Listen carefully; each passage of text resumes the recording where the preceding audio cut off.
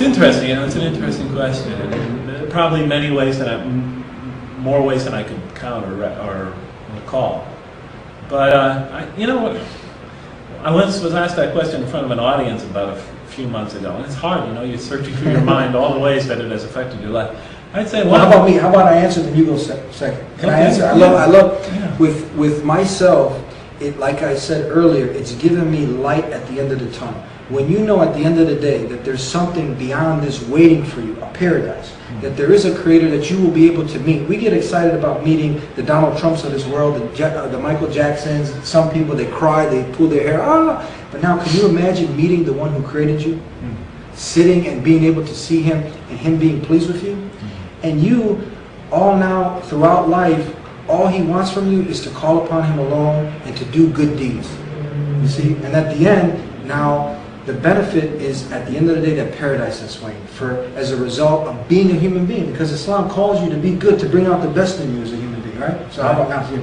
Yeah, no, that's not bad. For me, it was, you know, I think the first thing that came to my mind, and this is the truth, is that for the first time in my life, I was able to experience love again.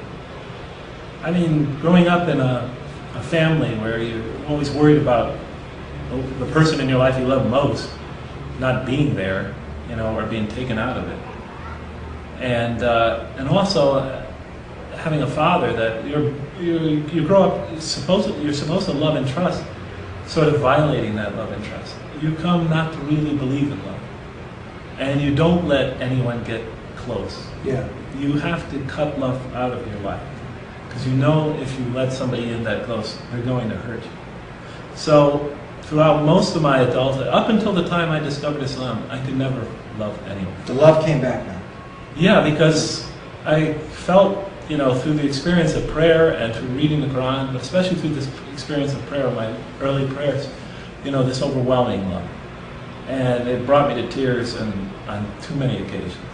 And when I would have these spiritual moments and feel the embrace of that divine mercy, it moved me in ways that I never even thought it could. I discovered a spirituality I didn't even think I had.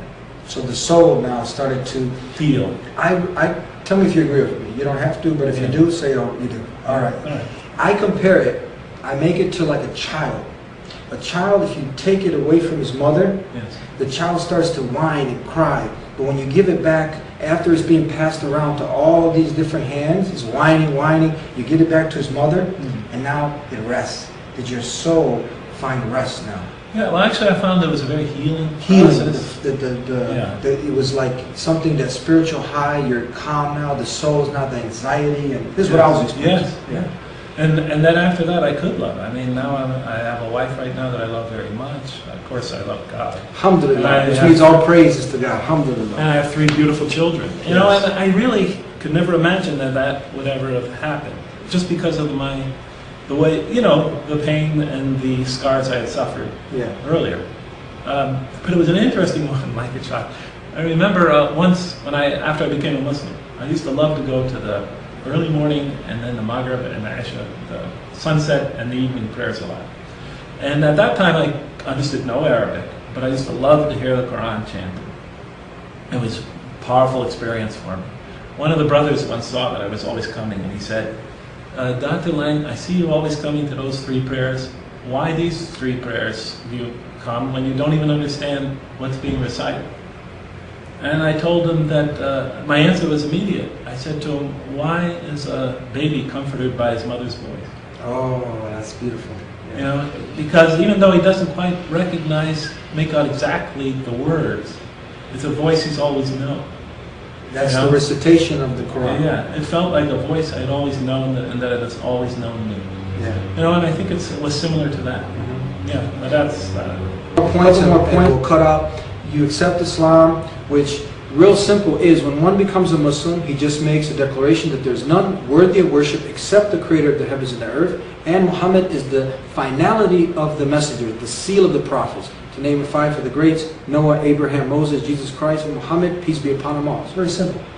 So now you accept this, you become a Muslim. You get some hard times now. Since there, you start having a tough time just because because you surrendered yourself to the Creator. Well, you know, that was a short time after the Marine bombing bombing of the Marine barracks in Lebanon. And around that time, there was also the Iranian hostage crisis. Yeah. So Americans were not feeling very good about Islam. Yeah. And so, yeah, my friends didn't react very negatively. They just slowly drifted away. And so your friends became non-friends? Yeah, more distant. Distant. Yeah. This was too bad, you know, but I think, you know, I understand, you know, they felt I must have been going through some sort of loss of my mind or, you know, some sort of personal crisis or something. Which you weren't, actually. No. You're just spiritually enlightened, yeah, connected with your Creator. The same person I was the day before, just I had something new in my life. Yeah. And it was, you know, I think it was having a positive impact on me too. But in any case, yeah, they did drift away, and I met new friends, and I met a lot of friends in the Muslim community, and yeah, so there was that, and there was some risk to my career, yeah, because I was teaching at one of the oldest Catholic universities in America, and they certainly, you know, there were some that weren't comfortable there in the administration with one of their faculty members converting to Islam. They thought it sends a bad message to the, you know, to the. Did you end up losing that position, or? No. No? You're still there?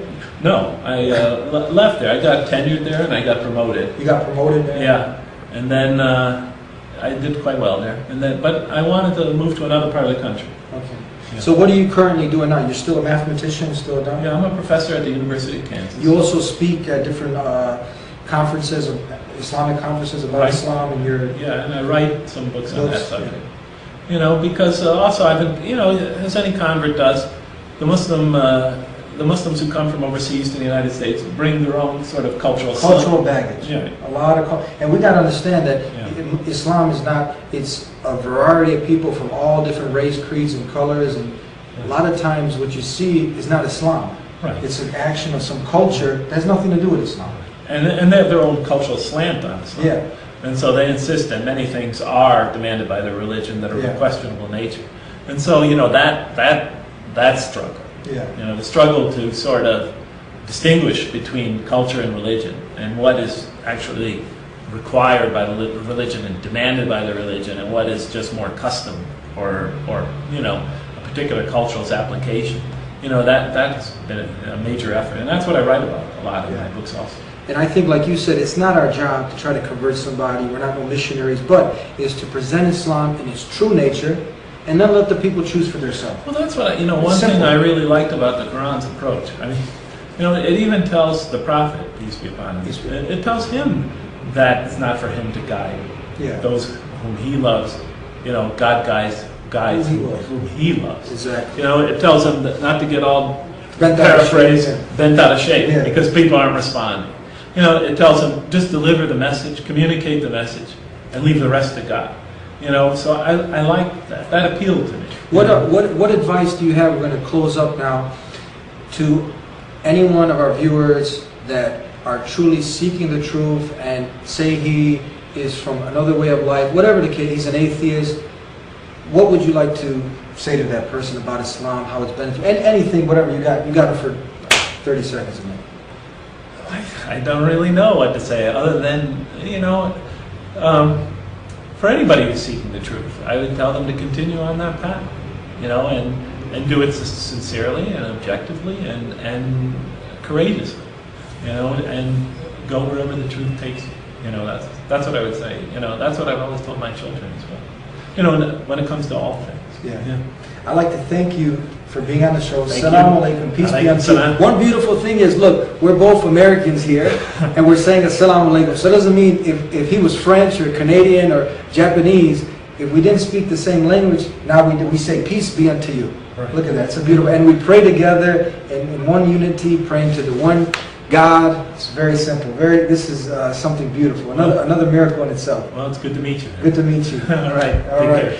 I'd like to now close with letting you know that Islam is a beautiful way of life for everyone to see. And we're here out of the love, helping educate the people, because through education, we're building tolerance. Islam teaches, Islam is a verb, is an action, is something that a Muslim does, which is to surrender his will to the will of the Creator of the heavens and the earth. And we met one of those Muslims today. If you want to know about Islam, please come to the source, because there are Muslims nowadays who might be doing some things that are in accordance with Islam. So we don't want to judge Islam on the actions of some Muslims. It's not fair. So come to the source. You can check out the Quran we have for free. You can read it. It's on thedeenshow.com. We have other videos. We have other topics to see how Islam tackles these very important issues. Assalamu alaikum. Peace be unto you.